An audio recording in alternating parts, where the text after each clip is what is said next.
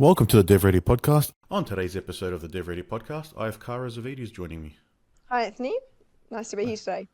Thanks for joining me today, Kara. I'll let you introduce yourself and your background and what you do, because there's no way I will do a good enough job of it. Absolutely. I'm Kara Zervides, one of the co-founders of Humpday. Humpday is a one-day-a-week offline-focused consumer freemium mobile app. We're a dating app. Essentially, the aim is to get people out in the real world connecting. We are here to minimize dating app fatigue, and as part of a broader mission to end loneliness. We've been live since Feb this year, and it's been quite a journey. But before that, I have had quite a non-linear path to where I am today. I was a physio before all of this, working in the elite sports setting, and then took the big leap into the startup world. Worked on another dating app called Giddy before pivoting to what we now know as Humpday today. So, it's been quite the journey, but grateful to be here. Well, it's quite a jump from being a physio to launching into a sort of like a tech startup with a real world growth there. What made you get started onto Giddy then? What was that first leap?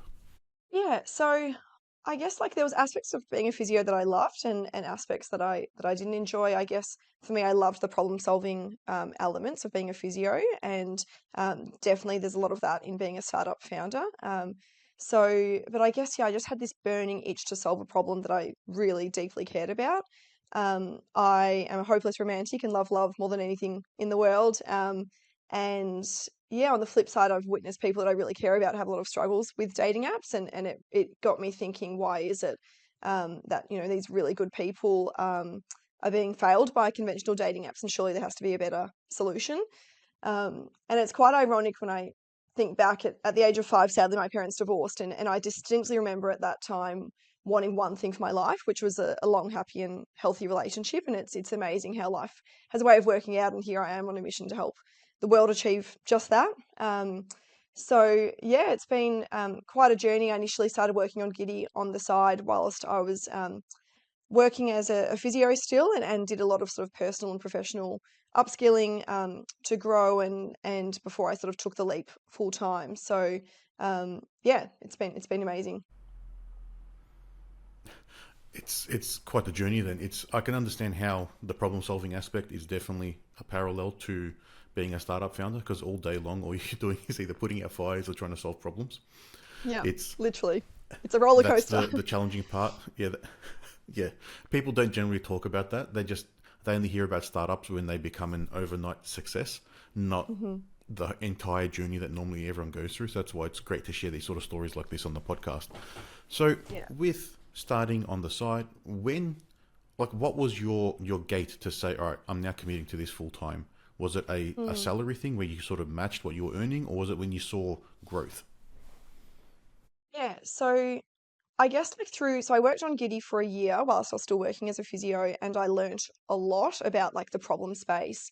And I guess the more I learned, the more passionate I became, and I realized this is something that I really want to devote my career to. But it all became very real when I was accepted into Antler's accelerator. So for people that don't know, Antler is a venture capital firm that run an early stage founder program, essentially. They have thousands of applicants. I was one of 100 that was accepted, and it felt like, this is really my big chance to try and make this into a reality. So, upon joining Antler's accelerator, that's when I went full time and all in on Giddy at the time. Was fortunate to meet my co-founder Charlotte external to Antler, and so together we went through the Antler program together and pivoted Giddy into what Humpday is now today. I guess through Antler we were fortunate to learn a lot, but also receive investment, which really turned our big dream into a reality, and it gave us both the opportunity to go full time. Okay, so I was just going to ask, so they put an investment in as part of being accepted into the program to help you make the most of your time there and get to that next level. Yeah, so not all companies will receive investment, but a handful will receive investment at the end of the program, and we were fortunate to have that. So that was June last year, and so that's given us a lot of momentum to build Humpday, and we launched it in Feb this year, which was really exciting. Yeah, and it is a unique idea. So from when I was looking on the website and I'm trying to understand what Humpday was, it was no swiping. So it's automatically get recommendations sent to you. So it's more of an active system than a passive thing. And I'm guessing your secret sauce is going to be the algorithm that does that matching and recommendations based on the whole profile of the person rather than just the first picture you see of someone. Yeah, correct. So I guess like top line Humpday, yeah, it's a 1 day a week offline focused dating app. So we have three key pillars at our core. So one being scarcity. So by that I mean we limit the number of matches. We don't have swiping, as you said. Instead, we send users their most compatible match each day of the week. Compatibility is our second pillar. So we've worked with psychologists and researchers to develop a defensible matching algorithm that will only become stronger in time. And then lastly, offline or in real life. So we're purpose built to get people out in the real world. As our name suggests, Hump Day, we host events on Wednesday, and we partner with some amazing venues across Australia as well to put on some really unique Hump Day referred dates as well. So yeah, it's a highly sort of curated offline focused approach that creates this real sense of scarcity to get and urgency to get people dating quicker. Yeah, it's a very different approach to all the other sort of dating systems that I've never had any experience with them. I've been out of that game for a long time. I met my wife almost 20 years ago now. But I can understand how there is a challenge and some people do have an urgency to try and meet people. So you're solving a real problem there. How have you found the feedback from your users or them understanding how you're approaching this? Yeah, I think as a whole, like our users are finding it quite refreshing. So our target audience are millennials. So if millennials have really grown up or dated through the online dating era. So if you're still on dating apps by now, you're incredibly fatigued and exhausted by them. And so really longing for alternative solution. It's quite scary, the stats when it comes to online dating. So dating app dissatisfaction is higher than any other consumer-facing industry. And 95% of Gen Z and millennials would prefer to meet their partner in real life than online, but they don't know how. So that's really where we come in. We're the intersection of offline and online dating that consumers are looking for. But yeah, it's been really exciting to see our user base grow. We've been growing 30% month on month. What's been great to see is our matching efficiency rates and our dating conversion rates. So the people that are moving from app out onto an event or a date are 10 times what we're seeing on other dating apps. So we've got some really good early signs to show that our solution is something that is resonating with people, but it's also achieving what we set out for it to do. And that's great to see as the founder, seeing that what you're actually putting in, the decisions you've made are actually working, and you're seeing those numbers come through, and you're actually connecting people, and you're giving them happiness and joy, and hopefully starting a whole new life together with whoever they're matching with. So I'm sure that probably brings great joy to you to see those numbers working because of what it actually means behind the scenes. Absolutely. I mean, yeah, it's really sad.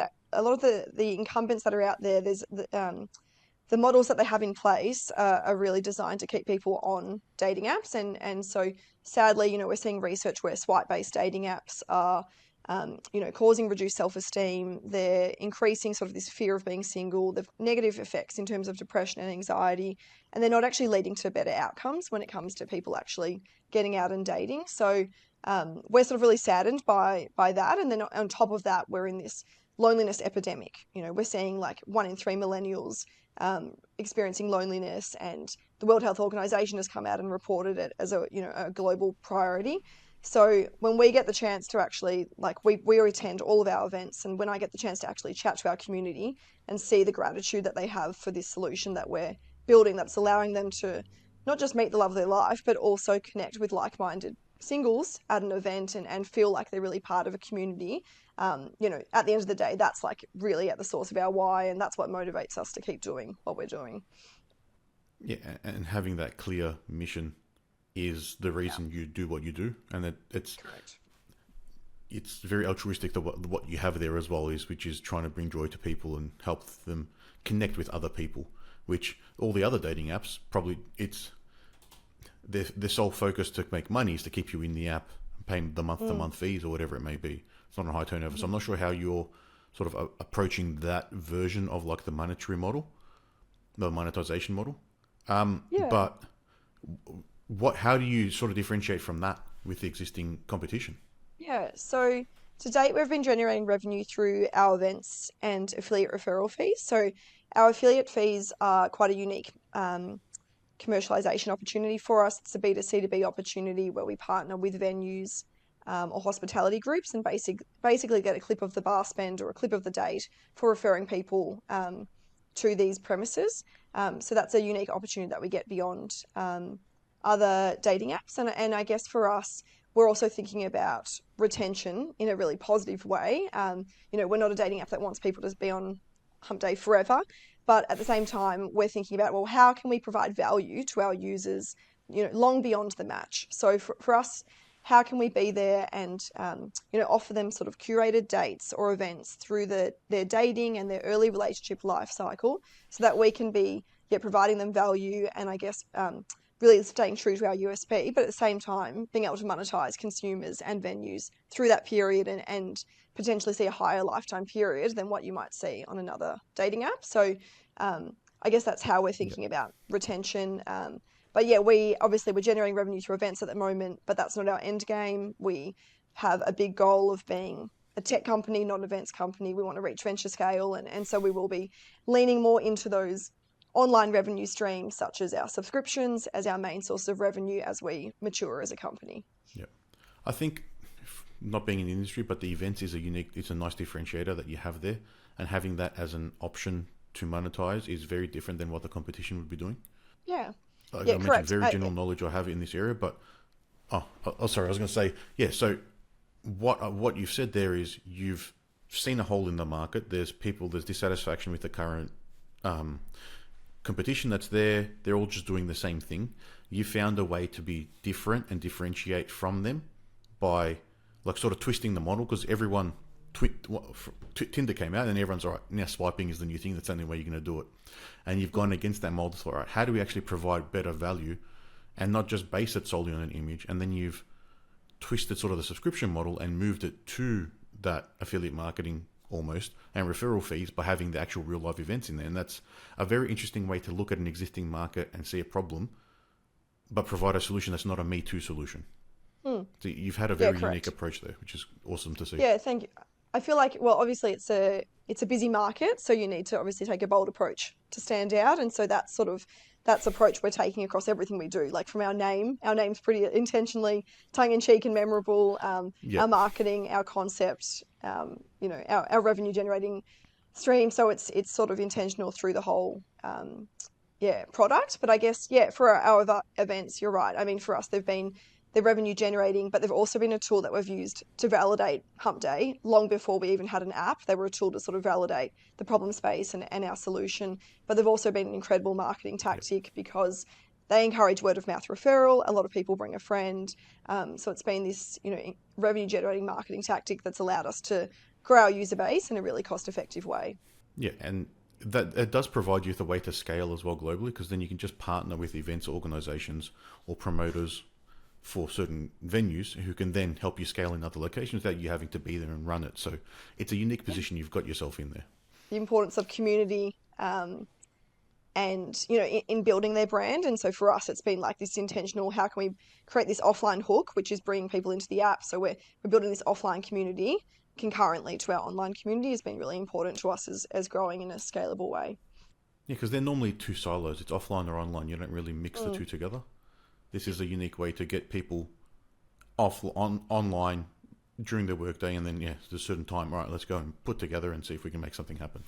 So being a non-tech founder, as what I've put together through this conversation, how did you get about starting from when you started with Giddy to think, all right, this has to be an app, and then how did you go about getting the whole ball rolling? Yeah. So I guess early days, I had no idea what I was doing. So it was about leveraging the knowledge and expertise of people around me.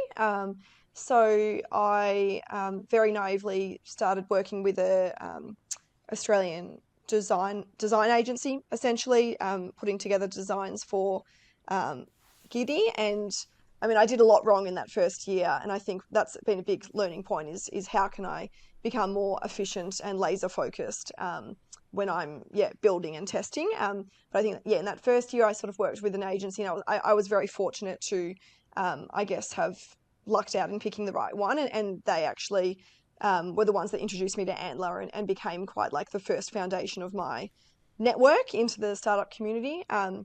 And so, yeah, working with them, I was able to build out a sort of a early prototype that I was able to test with my first community. But it was a lot of just me learning as I was going, a lot of desktop research, speaking to friends that are in the space already, and basically just asking for intros to people that might be able to help.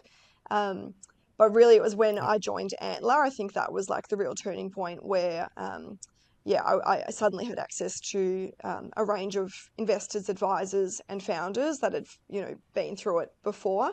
And yeah, so really just made the most of that opportunity to be able to leverage their knowledge base. And that's been something I've continued today. I mean, I'm now like 3 years down the track, but I am very big on just speaking to, there's always someone who's done it before you. So, almost every day I'd be having a chat to a founder or an advisor or an investor.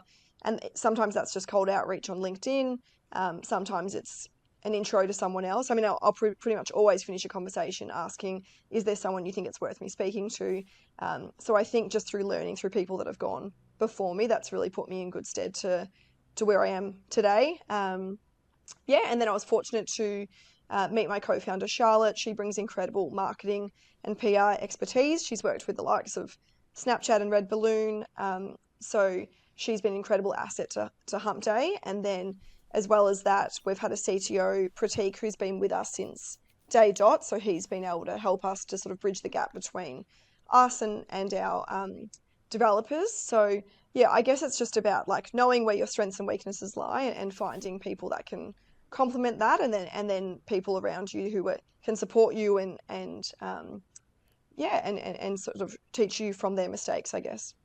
Yeah, and their lessons just in general for business, let alone a startup as a founder. It's you surround yourself with people who know and have gone through things before, because from my experience, it's people can tell you things, but unless they've gone through that specific journey, they're not going to know the nuance or the detail or be able to explain their path or their solution in a way that'll make sense to you, because they won't know the same pain points. So yeah, talking to VCs, investors, other founders, and understanding, all right, I'm up at this point. You've gone through these points. What was it about? What happened? How do I go about it all? And just trying to understand what those parallels may be, so you can try and get a step ahead. It's always going to be the better way to move forward, because you can't do it all on your own. No, 100%. And what I've found is that people are like, everyone that's been a founder knows how hard it is, and so people are really willing to help. That's been my approach, what I've found anyway. And so there's been no shortage of people that have been willing to be in my corner. I think at the same time, like you have to be really sort of appreciative and aware of how busy they are in their time as well. So coming to those meetings prepared, having like a clear ask that you want of them is important. So it's you're not wasting their time as well, and also being willing to give back. So I've gone back and spoken to Antler. Got some opportunities to speak to some up and coming students at universities. So I think as much as like those people are willing to help you, it's nice if you can also return the favor and give back to the startup ecosystem, and that's how together we're all going to grow, I guess. Yeah, it's a community, not just that you have to foster for your business or your startup. It's also who you surround yourself with to help you drive forward, and you'll get to a point where you'll have to make a very important decision. Do you turn left or do you turn right, and which direction do you take the business? And you'll need feedback from people, not just to help you. They won't tell you what decision to make, but they'll just give you enough information so you can try and make the best decision you can make. 100%. Going back to where you started 3 years ago, you said you picked a design agency. From the sounds of it, you picked a good one straight off the bat. What sort of criteria were you looking at when you're doing that? Because we've heard of a lot of disaster stories where we tend to call them rescue projects, where people come back to us because they've been burned by other people several times. Yeah, I didn't do nearly as much DD as I should have, and I think it was luck was on my side.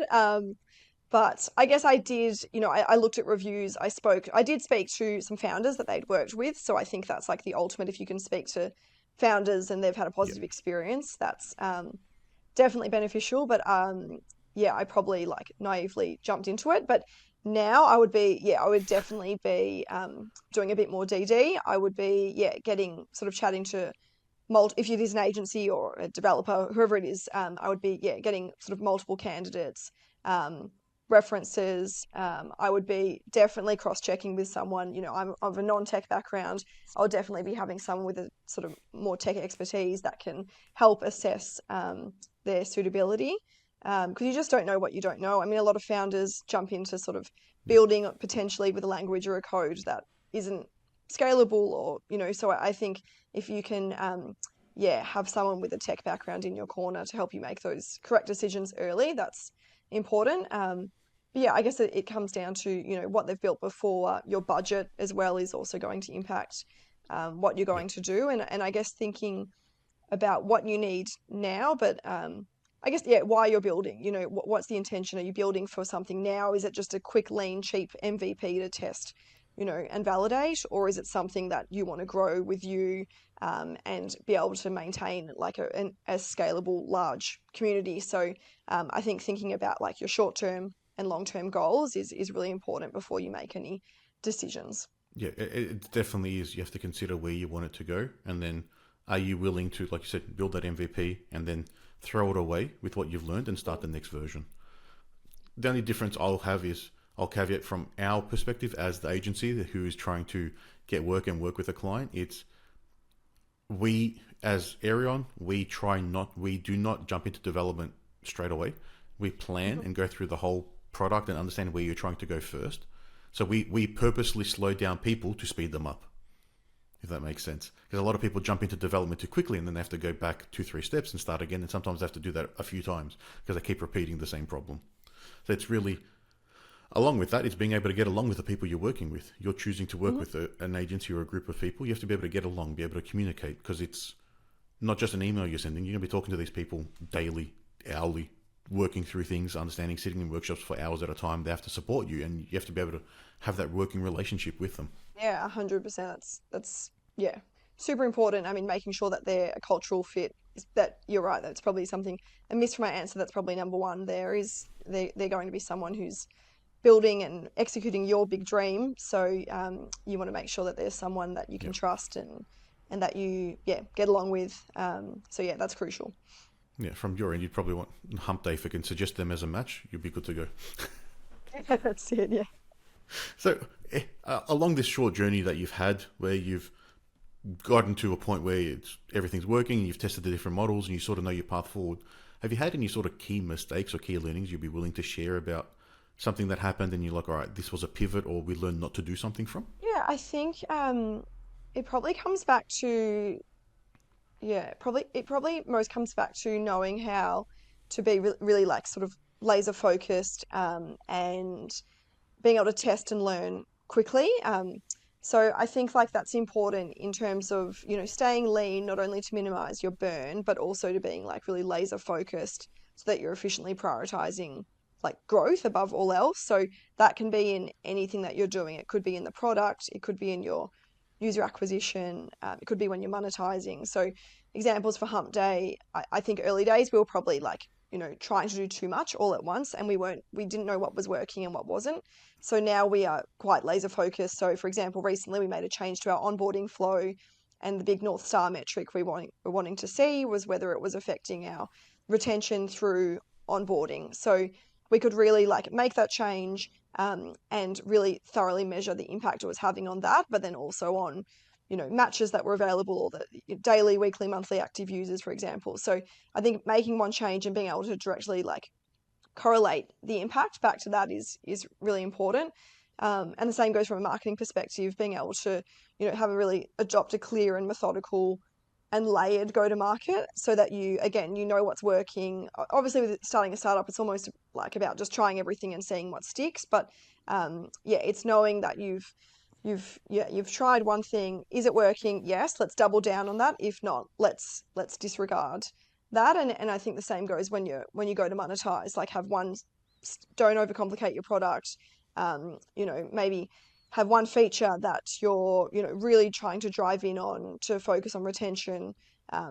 Sprinkle just the right amount of friction on that, so that you can monetize it. And so I think that's a key learning that I've had, is that in just being a bit more, I guess, methodical in our approach. Sometimes when you're building a startup, everything like is just happening so quick that you don't have time to even pause. But I think just like taking that moment to be like, okay, almost thinking in sprints, like you would when you're building your MVP, for example. We do that with almost every aspect of the startup, so that we can be really focused and measure that direct impact to know what we're doing well and what we're not. You can try too many things at once, and then you don't know which of those are working, which one are not. And then if you make too many changes to the one thing, you don't know which of those little items has made the difference to that specific change as well. So like you said, yeah, having that little sprint planning up front and just assessing, all right, let's do one thing, get it out, and then assess. Do we pivot, change, and then figure out what the change is? Because if you want to increase retention, say if you can increase it by, say, 5 or 10% by one change, or if you release a feature and you increase it by 10%, but you've done 6 different things in that feature, you're not going to know which one attributed that. So then you may be making the wrong decision when you do the next change, and you'll get rid of the thing that actually made the difference. So having that plan and that methodical approach definitely makes sense, and it's probably recommended for everyone to just slow down a little bit sometimes. Like you said, you are running at 100 miles an hour and you're doing a lot of things, so you do have to take time to make the decision. It's not all right, something happened, let's just pivot quickly. 100%. Have you found sort of the two sides of the business? So there's the building the product and then trying to get the product market fit with your marketing, one or the other being a little bit more challenging or different. I know you've got the co-founder that's in the marketing side. Has that sort of made it easier in that bit, or is it still challenging to try and find that product market fit with the messaging? Yeah, I mean, I think both elements have their challenges. I'm fortunate to have Charlotte, who's had a lot of experience in marketing and PR world. And I think one of our sort of superpowers has been in the ability to get eyeballs on Humpday. So as I said earlier, we're very bold in our name, our concept, our marketing. We've done lots of very gritty tactics. If anyone's been on our Instagram, you'll see me holding a sign anywhere that's busy. So I think media have been really sort of captivated by all of that. So we've amassed, I guess, a lot of sort of print, online, and podcast coverage because of that. We're experimenting with socials, so we're TikTok and Instagram have been really powerful for us, and we're sort of creating this framework for mass creation and distribution across multiple channels. We're managing 6 or so TikTok channels at the moment, so we're really creating a framework there of how can we, and again, being really methodical in that. So how can we, see what works and what's transferring into downloads, and then, then what can we double down on from that? And then our events obviously has been another key driver. About 20% of our users find us through our events. So I think it's taken a lot of testing and learning. It's definitely been challenging, but by trying lots of tactics, we've found those 3 have been the most efficient for us, and so they're the ones that we plan to amplify. But to answer your question, I mean, I don't think it's like one's easier or the other. They both have their challenges, and we're not perfect at either of them at the moment. But I guess we're getting better each week. Yeah, I don't think there's anyone perfect at any of them anyway. It's just constantly trying and assessing, and little incremental improvements do take you a long way if you look back over time. So being able to find those unique, those avenues that are actually returning your results this early would be awesome for you as well, because then that's helping you with that growth, and then sort of double down in that direction because it's working. Yeah, absolutely. So where to with Humpday from here? What's on the horizon? Yeah, so we have a big goal. Like our mission is we're more than a dating app. We want to be the number one dating brand. And really we're about this movement of changing dating in Australia and beyond. So we, as I said in the intro, our big mission is to end loneliness. We want to create a world where we really bring the fun back to being single, where people are, living more of their life out in the real world and less time behind a device. So at the moment we're live in Australia. Our focus at the moment is really scaling Melbourne and Sydney. And so that'll be our focus for the next 12 months. But beyond that, we want to take this internationally. So we're already seeing demand for in real life solutions in the US, and beyond. So the plan is in FY26 to scale, internationally through a city by city approach. Really, I guess, like, take all the learnings and the early traction that we're seeing here and take all that wonderful momentum into the overseas market. So we're really excited by that. I guess for our community, we're hosting events roughly every fortnight in Melbourne at the moment. Over summer, we're planning some events in Sydney. So yeah, if you're single, if you have a friend that's single, feel free to check us out at Humpday App, and we'll be hosting some more events that will be promoted over there. No, also it's good. It's an ambitious plan, and I wish you all the best with that and getting out there. You've got the right foundations to build up to that, and you're not trying to do it too quickly either. So a lot of people can make the mistake of getting there too early, but not having the right foundations or support to actually make that not being able to actually deliver upon that growth that they're looking for. No, thank you. Appreciate that. So, yeah, we're excited. It's been quite the journey, but we're definitely, far from over yet. So watch this space. Awesome. So if anyone wants to reach out to find out more about Humpday, how can they do that? So you can find us. We've got humpdaydating.com. You can download Humpday. If you just search Humpday on Google or Apple app stores, you'll find us there. And we're across all social media channels, TikTok, Instagram, LinkedIn, our handles at Humpday App. And yeah, I'm very available on LinkedIn and happy to chat to any up-and-coming founders, so you can find me on LinkedIn under Kara Zervides. Awesome. All right, well, once again, thank you, Kara, for joining me on an episode of the DevReady Podcast. It's been a pleasure to chat to you and learn all about Humpday. Awesome. Thanks for having me, Anthony. Thank you.